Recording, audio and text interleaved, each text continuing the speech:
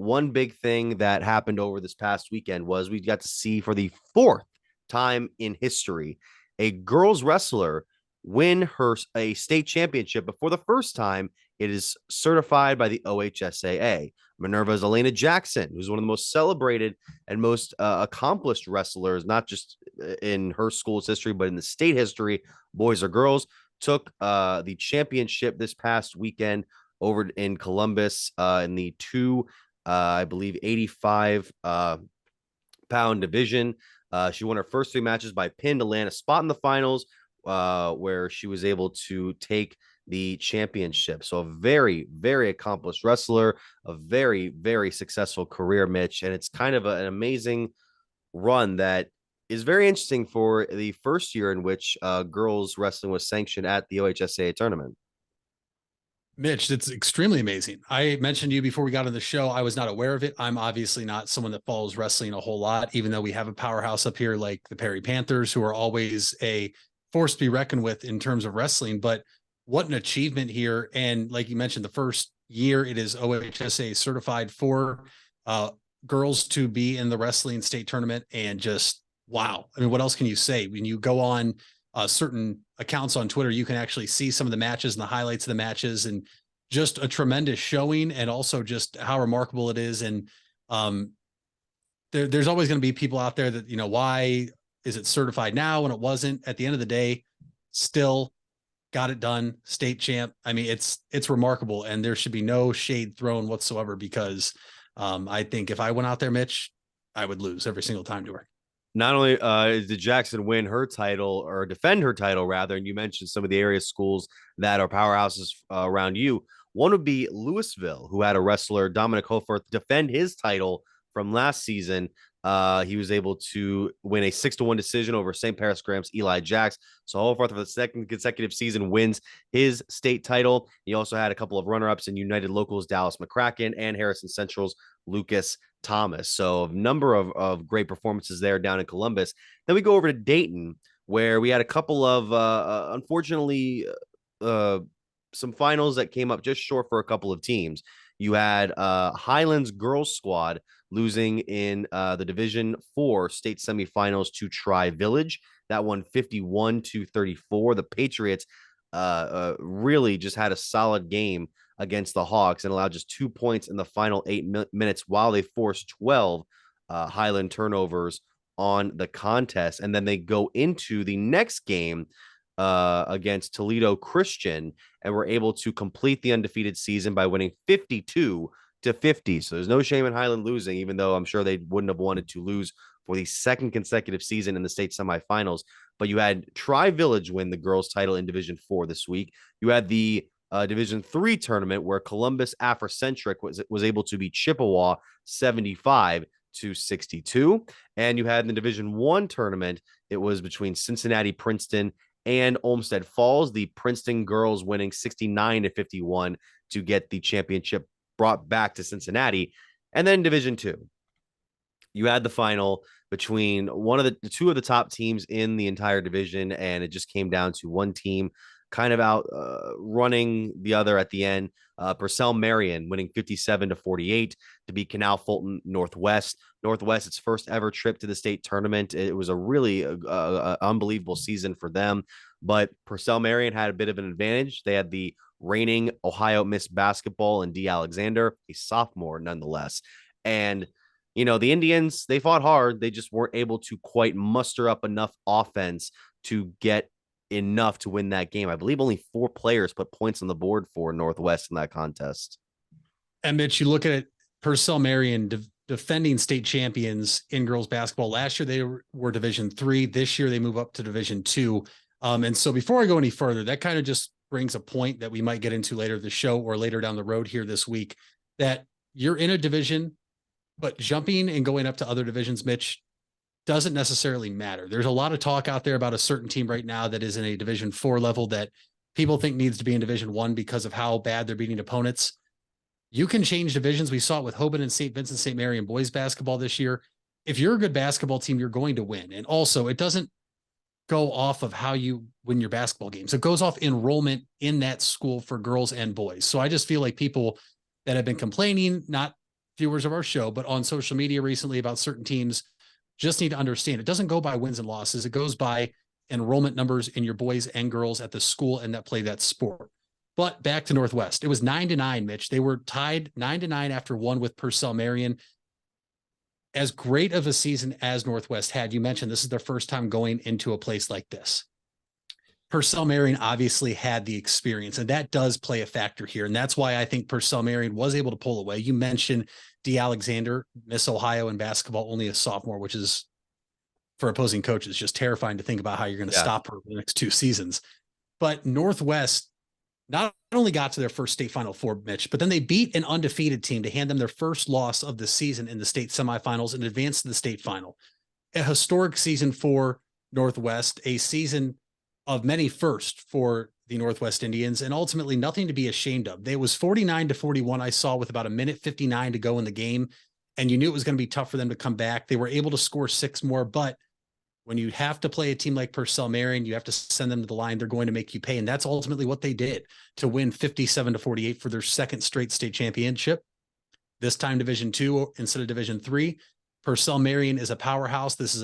They've been there numerous times in the past 5-7 years. But Northwest has nothing to be ashamed of. It was a historic run, a memorable run. And you look at someone like Lily Bottomley, just a tremendous performance for her too, as well in the state Final Four and into the state championship game. Northwest had a historic season, and they made Stark County very, very proud with this historic run, and nothing to be ashamed of. And sometimes this is what you can build off of, and we'll have to wait and see, obviously, till next year. But having to go up against a team like Purcell Marion, it was going to be tough, and they gave Purcell Marion their best punch. I truly believe that. But all in all, you still walk away as the state runner-up this year in Division II girls basketball, and hats off to Northwest, the school, the community, and ultimately these ladies that left a legacy there that now other girls are going to want to try to match and potentially beat here in the future. I like that you mentioned legacy because there is a standard set with Northwest's run this year that could lead to potentially more down the line if the same talent can return, while also getting some new players in on that system as well. But now we go from the girls tournament to the boys tournament, which is starting this coming Thursday at UD Arena in Dayton. It's been in Columbus for a number of years. It's been in Dayton the last couple of seasons. Pretty good facilities over there. I've been down to every state tournament since I want to say 2007. That was my first year I remember going down there. Obviously, the 2020 tournament did not happen, but we have a number of teams, old and new, or return, I should say, familiar and new in the mix this year. One of these teams, the last one representing the IVC, the last one representing Tuscarawas County in general, Berlin Hiland, who was able to pull off an unbelievable comeback against Northside Christian this past weekend in Athens, to the point where, Mitch, Hiland was down significant in at halftime. They're down 16 points, and I believe going into the fourth quarter was down 37-24. But they were able to build their way back to what would be a 41-point performance over the final 2 quarters. So now the Hawks back in the state tournament once again, trying to repeat the success they've had in the last couple of seasons, particularly back in 2011 and 2012. They will take on Convoy Crestview in, I believe, the 3rd game of the day on Thursday over in Dayton. You'll see that matchup at 5:15. You will see after that the Division IV matchup between Russi and those Richmond Heights players, Mitch, that we saw not only dismantle Cornerstone Christian 93-52, they beat Doughton at the Fieldhouse 81-48 on Saturday. Russi beat Jackson Center 27-25. Like, that's very good defense, but you got to get some points on the board if you're going to have a chance against the likes of Heights. And they scored 7 points in the second half to win that regional final game, Mitch. Wow. Their defense is phenomenal, but now you are going to see, you always hear defense wins championships, but sometimes a better offense wins. Now it's going to really be put to the test. A team that scored 27 points and held their opponent to 25 in a regional final is going to go up against, Mitch, let's be frank here, really probably the favorite in Division IV to win the state championship, a team that won it last year and has now won 47 games in a row, in the Richmond Heights Spartans, a team that you mentioned, 93 points in the regional semifinal, 81 points in the regional final. They play Dalton. Dalton, I mean, Mitch, we know how talented Richmond Heights is. The odds were stacked against Dalton. They gave it their best chance. Obviously, with Justin Greenfelder leading the charge for Dalton, just wasn't enough. And now Richmond Heights is going for back-to-back state championship game appearances, looking to win their second consecutive. We'll have to see what's better.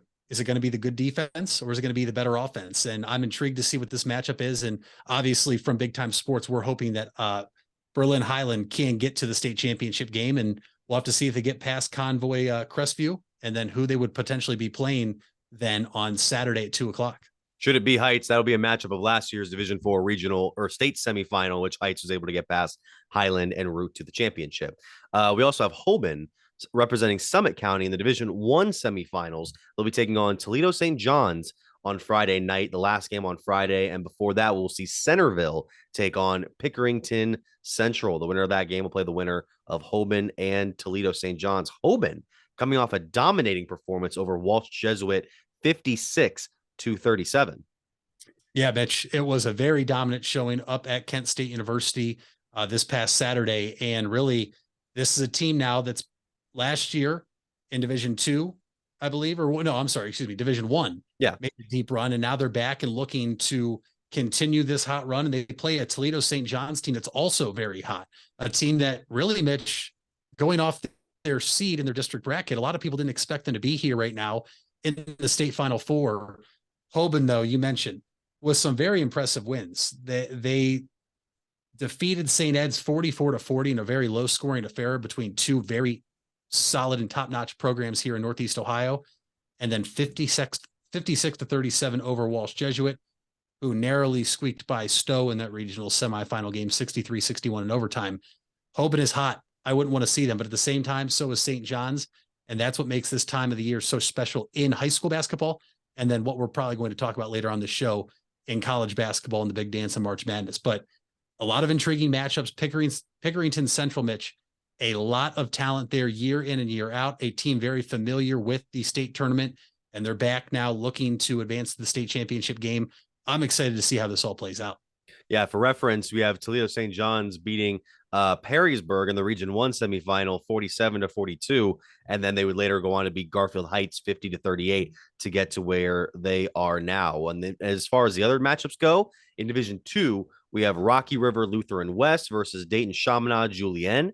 That game will be at 10:45 on Wednesday. These will be the opening games of the upcoming tournament. And then at 2:00 that day, we have Columbus Bishop Reedy against Akron Buchtel, a team that's kind of been in and out of the tournament the last couple of years, and they are back once again for another potential run. I'm very curious about this squad. And how about their win over Gilmore Academy, Mitch? Gilmore, a team that was in the state Final Four last year, that returned a lot of players. And really, I think if you were looking at it on paper, you'd have to say that was the team most people thought would get back there. And Buchtel with a very impressive win at the Civic Center on Saturday afternoon, 71-55 to end the hopes of Gilmore Academy going back to Dayton, Ohio. And Buchtel really, Mitch, just really has caught fire recently. You mentioned they take on Columbus Bishop Ready.